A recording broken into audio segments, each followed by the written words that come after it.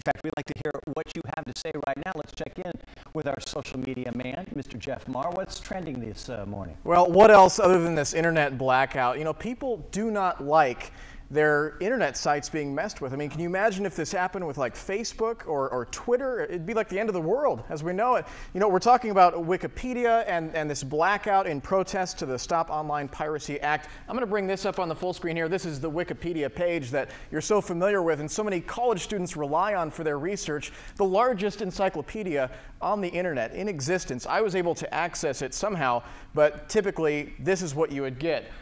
It would be blacked out. There would be a message there that says, imagine a world without free knowledge. So if you do get that message, if you're stressing out, you need to research, you can try and use your smartphone.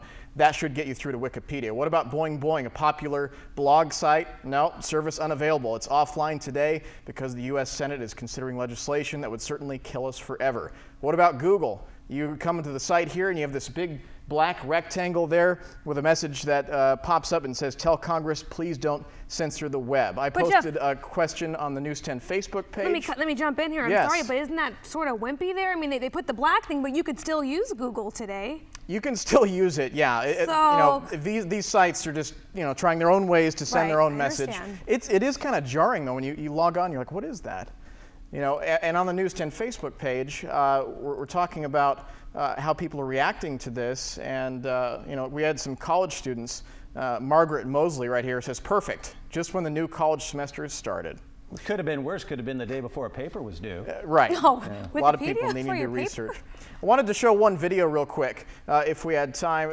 You're afraid of insects, right, Kiba? I figure you are. What have you got? Not a fan? Here? Not a fan. Okay, a tennis match, a typical tennis match. Okay. Something little tiny on the bottom of your screen there. That's a cricket. Oh.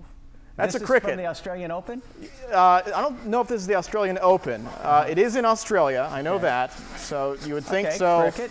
I mean, the cricket should be more frightened than anybody playing.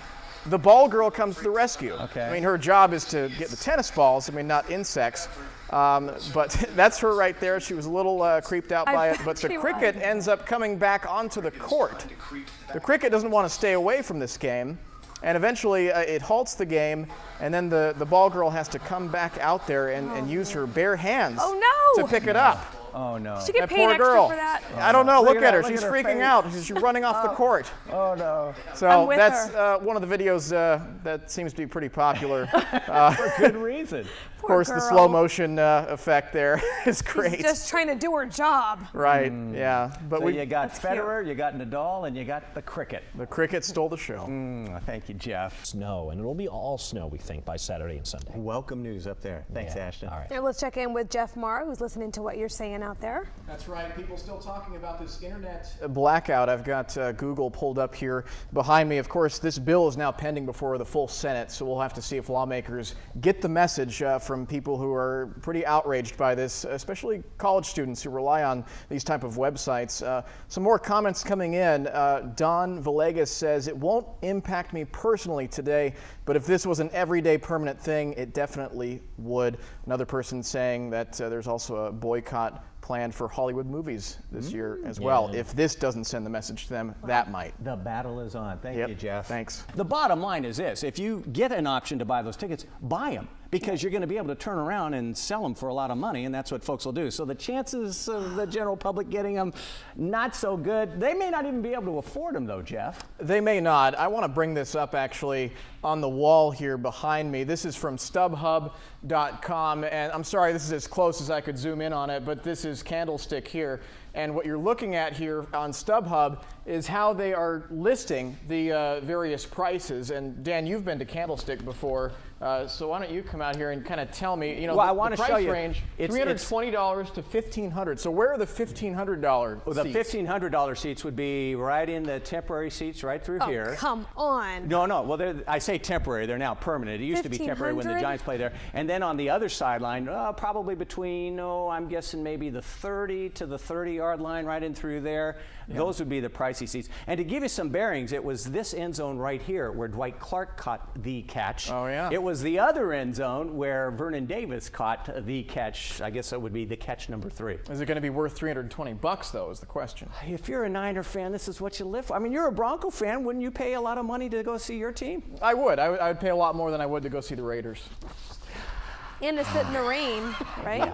Yeah, that may be the biggest deterrent for those tickets selling, because it's going to be nasty out there. It's going to be raining. It's going to be probably windy and cold. Good football weather is how they like to refer to that. Still worth it, a lot of fans will say. Yep. Thank you, Jeff. Thanks. We're talking about a woman who basically lied about having terminal cancer and then in turn collected thousands of dollars in donations. Yeah, Nick Monticelli put together this story. Check it out. The pictures posted on Shutterfly only tell one side of the tale. Here, we see friends and family gathered to help Jamie Litza, who's dying of breast cancer. Everyone paid $20 to get in. The signs on the wall list the items donated for the raffle. In all, close to $20,000 raised for Jamie, who we now know isn't dying at all. Viewers certainly chimed in on this. Let's check in with Jeff. What are people saying out there? Just to be honest, too, I know a lot of it you can't even share because it's pretty graphic. Yeah, some of it's pretty graphic, but a lot of people see this as a lesson that others can learn from. Anastasia Chow says, "This is why I only donate to reputable organizations like the American Cancer Society. They provide services and referrals for free services." And if we can bring this up on the screen as well, from Daryl Amos, he just simply says people need to start asking for proof. Wow. Which is a shame, you know, but understandable given what she did. Right. And this is to family and friends who believed it. None of them knew. All right. All right, Jeff. What are people talking about? Well, we're talking about Dan's favorite magazine to read in the bathroom. That's Cosmo. TMI. Wow. How do you know that, Jeff? I always see him in there. Okay. Do you recognize this woman? Is that Dakota? Or? Dakota Fanning. Can you believe that? It was just yesterday. I saw her in War of the Worlds as a little kid.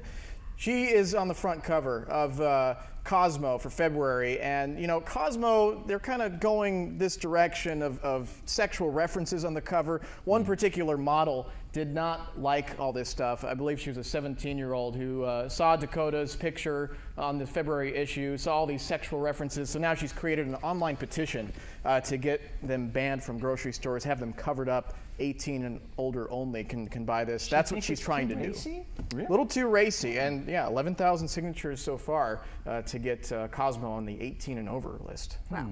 Some of us remember back in the day when Burt Reynolds posed in Cosmopolitan. Do you guys know what I'm talking about at all? No. Oh, it was the big deal. Burt who? No, I'm joking. I'm joking. I'm joking. Come on, Dan. Long time ago, yeah, Smokey and the Bandit. He posed in Cosmo. He had something strategically located so that I see. it wasn't a barrel. All right. At least he's a handsome man, But though. close. He's a hairy guy. Let's just let it. There would have been an Okay, online petition you know. against it if there had been online in the web back then, right? Yeah, Right. okay. This is News 10 at 9. And Jeff Maher's too much. He is so good at the web. He pulled up that Burt Reynolds shot. We'll show it to you very, very quickly. This was, I think it was back in the late 70s in Cosmopolitan magazine. Not that one. That's not the it. Capitol. That's the Capitol. There it is. Awkward. Yeah. And Jeff was not the body double for that shot. No. He wasn't even Do you born think he yet. should do a 30-year anniversary cover? I don't think that'd No? be a All good right. idea. That's one of those things, just let it go. Thanks, pal. Says participating. Details on news10.net. Thanks, Chris. Yeah, the last day we don't get food from Melissa Crowley. Right, I know. Darn. Hey, we want to remind you that we are just a few minutes away from the governor's State of the State address, and we're going to be live streaming that for you on news10.net. Yeah, and right now people are already online. They're talking about the show, they're talking about the 49ers, but we will be talking about the State of the State, and you're looking live at the Capitol there. And as soon as that speech begins, we'll be moderating your comments on news10.net, kind of doing what Jeff Maher does throughout the show here. Absolutely. Looking forward to it. By the way, someone says, Dan, you crack me up.